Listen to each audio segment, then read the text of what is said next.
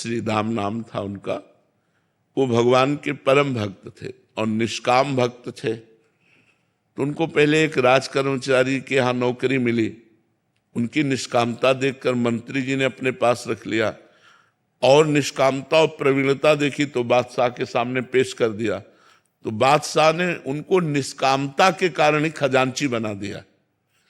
अब वो इतने दयालु हृदय के थे, विश्वास की बात कहता हूं, इतने दयालु हृदय के थे कि जैसे कोई आया और कहा श्री राम जी हमारी बेटी का ब्याह है तो खजाने से चुपचाप रुपया लेके दे देते। कोई बीमार है, कोई गरीब है, कोई भूखा है, ऐसे परेशान लोगों की वो सेवा करने लगे, खजानती थे। और ये बात काजी को पता चले तो वैसे ही वो जलता था कि इतने उच्च कोटि के पद पर बैठ गया। उसने तुरंत बादशाह से शिकायत की कि श्री राम आपके खजाने को आपकी बिना अनुमति के लोगों को बांट रहा है। उनको बुलाया गया तो अब झूठ तो बोलेंगे नहीं, तो उनका हुजूर हम किसी को दुखी नहीं देख सकते, इसलिए तो उनका अनुमति लेनी चाहिए। बात तो सही है, अनुमति लेनी चाहिए। तो आप अपराधी हो ना, अनुमति तो नहीं ली। तो उनका तो काजी से कहा तुम इसकी दंड विधान करो। तो उनका फांसी की सजा, वो तो जल ही रहा था, तुरंत फांसी की सजा। उनको विश्वास था भगवान परम मंगल भवन है, अमंगल होने ही नहीं दे सकते। अब बादशाह की तरफ से फांसी की सजा पास हो गई और उनको हथकड़ी बेड़ियों से जकड़ लिया गया और बद के स्थान के लिए ले जाने के लिए पहले उनको घुमाया गया बाजार से होते हुए कि अपराधी, इन्होंने ये अपराध किया इसलिए इनको फांसी की सजा। इधर उनको ले गए, इधर जो है एक झोली टांगे हुए श्याम वर्ण का 14 वर्ष का बालक आकर खड़ा हुआ और कहा सलाम हुजूर। देखा तो देखते ही आश्चर्यचकित हो गए, इतना सुंदर रूप। बोले कौन हो? तो बोले मैं श्री राम का नौकर हूं। कैसे आए हो? बोले हिसाब चुकाने आया हूं।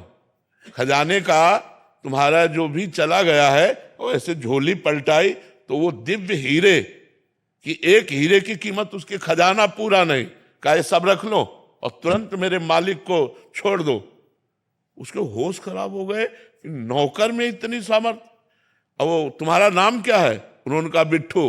और इधर उनसे पूछा गया कि अब आखिरी तुम्हारी इच्छा क्या है? तो महाराष्ट्र में विट्ठल भगवान है, उनके वो सेवक थे, तो उनका एक बार केवल झांकी करवा दो। इधर हिसाब किताब, उधर कह रहे एक बार झांकी करा दो। तो विट्ठल भगवान के पास गए और कहा राजी हो? इतने में घोड़े से दौड़ते हुए वो आदमी आए राज की और कहा श्री राम को मुक्त कर दिया जाए। और बादशाह ने तुरंत बुलाया है। तो बादशाह ने बुलाया और कहा कि वो तुम्हारा नौकर वो हीरे डालकर पता नहीं कहां चला गया, मैं दोबारा देखना चाहता हूं, एक बार उसका दीदार करना चाहता हूं।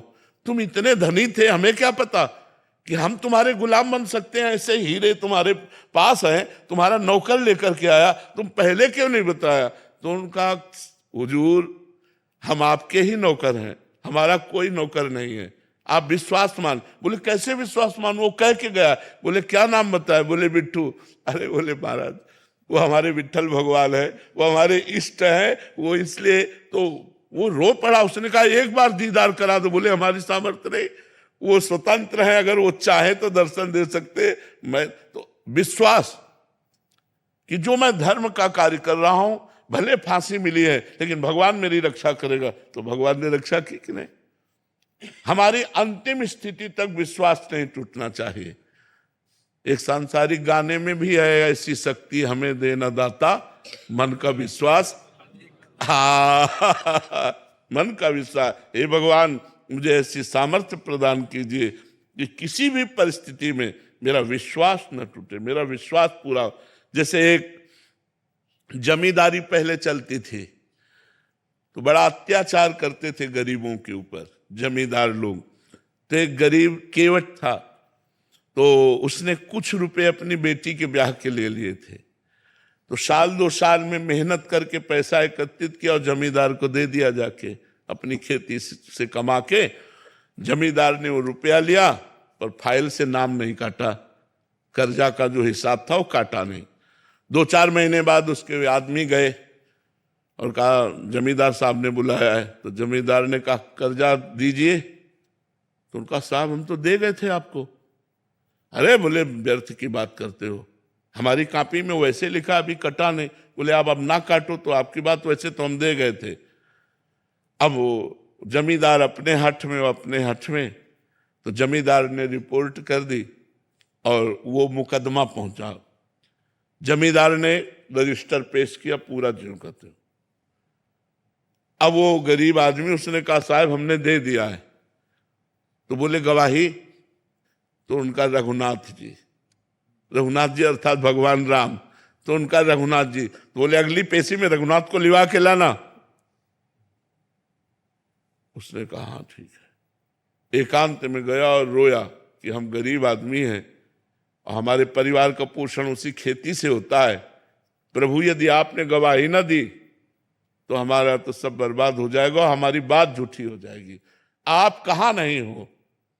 जिस समय वो पैसा दिया था उस समय आप थे, क्योंकि आप सर्वत्र हैं तो आप उस जगह भी थे, इसलिए आपको गवाही देनी पड़ेगी। पहुंचा, उनका अपनी गवाही पेश करो। तो उनका बुलाओ, उसका नाम रघुनाथ है। रघुनाथ हाजिर हो। लाठी टेकते हुए आए और जमींदार से कहा 100 का नोट वो, 200 का नोट वो, इतने सोने के सिक्का उस जगह तुम्हारे रखे, वो इसी के तो दिए हुए हैं, हमने देखा। उसके होश उड़ गए, उसके होश उड़ गए कि ये तो बिल्कुल। और अब जमींदार की भगवान के सामने हिम्मत नहीं, जब आंख में आंख डाल के बात की ना तो उसकी हिम्मत, बोले हाँ हाँ हाँ हाँ। तो 420 में जमींदार के ऊपर दंड जुर्माना लगा और वो छोड़। विश्वास कि भगवान है मेरी रक्षा करेंगे, भगवान है मेरा सहयोग करेंगे। दृढ़ विश्वास, किसी भी स्थिति में विश्वास ना टलने पावे, ऐसी शक्ति हमें दे न दाता, मन का विश्वास कमजोर होना। हर